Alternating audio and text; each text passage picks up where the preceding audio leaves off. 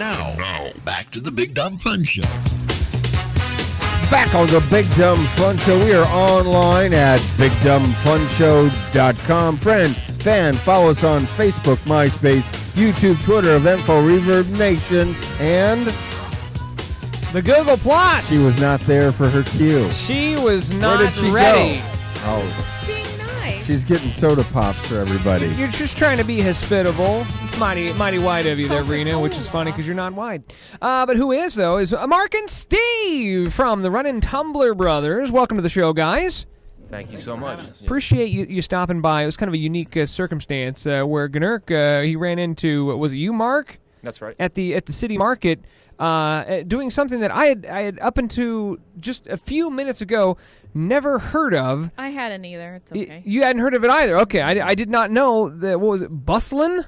No, busking. Busking. That was a new term. Of course, I've seen people performing on the street, and you have like the guitar case open and whatnot. I did not know that it was called busking. But you do that about every weekend or so? I do. Yeah, every Saturday morning we're there. And the crowds come in, especially in the summertime, spring and summertime, when the farmers start to come out with their goods. Yeah. And we're there and because they are open during the winter months, right? Not a good time to busk, I guess. Pretty rough. It's cold too. Yeah. Yeah. Still does it. Yeah. You still go out there? I do. Oh, yeah. wow. Yep. That's crazy. So another thing that I would ask on the busking front is that something that you would do, like if you're homeless or whatnot, or do you guys currently have a home, or what's going on?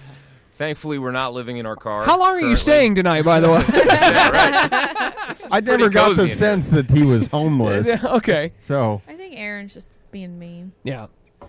Yeah. Not Aaron. I'm being mean. Jeff is I think being you are mean. being mean. No. Sorry. No, I saw him perform. I over the, it's probably been, I don't know, 6-8 months. It was a little colder in the winter, but and he's a great voice, really great guitar player. And I just thought, well, I talked with him a little bit. He's got some other interests, some other things going on. He's got this band.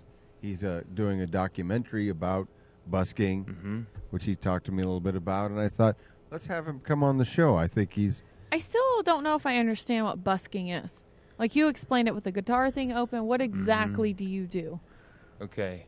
Busking is basically any kind of street performance. So it doesn't just encapsulate musicians. It's also balloon artists, jugglers, fire breathers, all that good stuff. Yep. So if you're out in the open, just in an open crowd, and you have, sometimes they'll put the blanket down, kind of like, hey, drop some cash right here, and then at the end of the day, you could make some serious cash sometimes. Have you ever pulled away some serious cash from the city market? Absolutely. Yeah. Sometimes on the plaza, especially in Christmas time. Oh yeah, I could see how that could be huge. A lot of people, and so we just kind of set up where we are, and we just sing to the street, and it's a great place to practice as well. Yeah. Like kind of jam. Yep. Steve, do you ever go out and busk?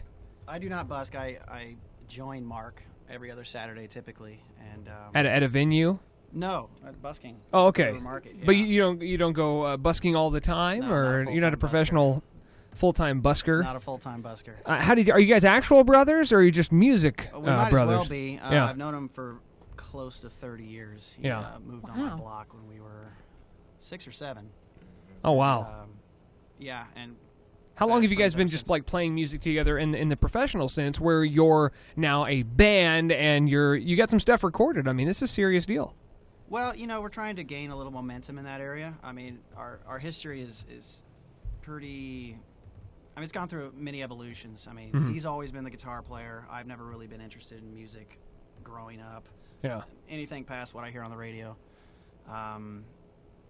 But Mark, started to learn how to play guitar at like 13. Has been in numerous bands.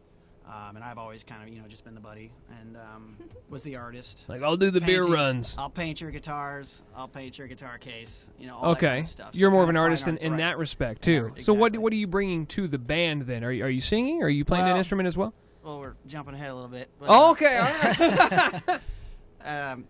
No. fast forward from 13. Right. Thank you. And here we are. Mark was in a band with some other fellas, and I was obviously as his friend, just kind of hanging out with them in their their space and such. In their and, beat laboratory. Yeah, and we were just starting to mess around a little bit, and they had some songs that they were practicing a little bit, and I started to accompany as strictly like a backup singer, just kind of like, oh, I can, let me help that. Yeah, the doo-wop. I was totally doo-wopping with them. Yeah. And just some kind of faint vocals in the background, just to beef it up a bit. Right. And, our registers really started to complement each other, and some songs worked better with my range, and then so it slowly kind of merged itself into me kind of taking over. You stole the show. Just the singing part. Yeah. I never touched an instrument. Kind of like a scene stealer, where they're in a movie, and it turns out this person is just like, oh man, kind of the direction went that way. And Mark, did you have any problem with this at all? At that point in time, you were singing, right?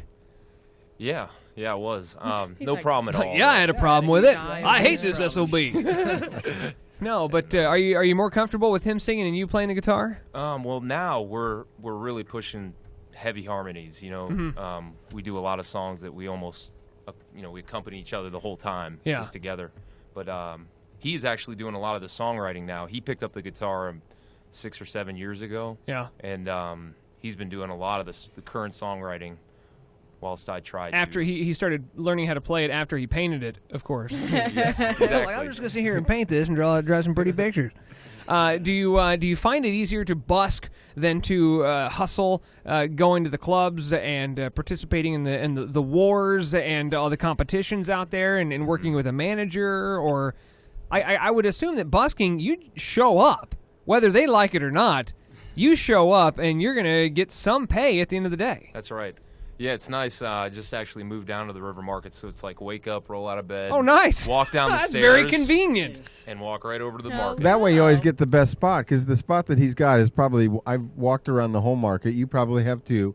And Gunner's stealing grapes, by the way. There's a couple, only one or two. Yeah, 1 or 2 an hour. And there's some spots there where it's enclosed versus performing out in the open.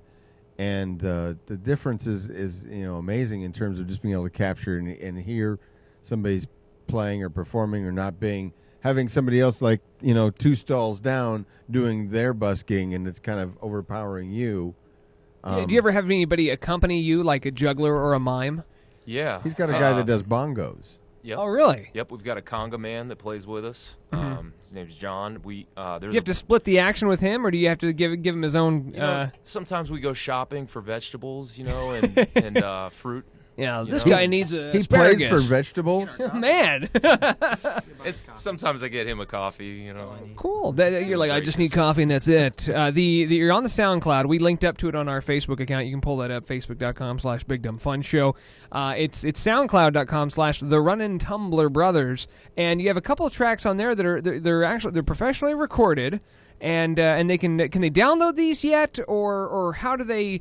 How do they share these? Is there an EP? How can they get the word? Let's just say we have a large audience that's actually in New Zealand right now, so they're not going to be able to come out to the city market. How else will they be able to download your tunes? Well, I mean, right now we're using SoundCloud, obviously, and just kind of uploading them as we get them done. And as far as them being professionally recorded, they're being done kind of. It's kind of a grassroots effort at the moment. It's kind of just. I bought some audio software. Kind of like a garage recording, really. Yeah, a laptop. Cool. Well, it's amazing what you can do with your own home studio. I was going to say, that's all you need, really. Exactly. So for the past, I would say 8 months, we've been kind of, putting that stuff together, at least trying to get this small little bass demo together, get them out on SoundCloud, start to develop, kind of an internet base. Yeah. And then that's what you got to do now. Yeah, it's still obviously we've got a lot of work to do in many different other areas. Well, you brought your instruments with you.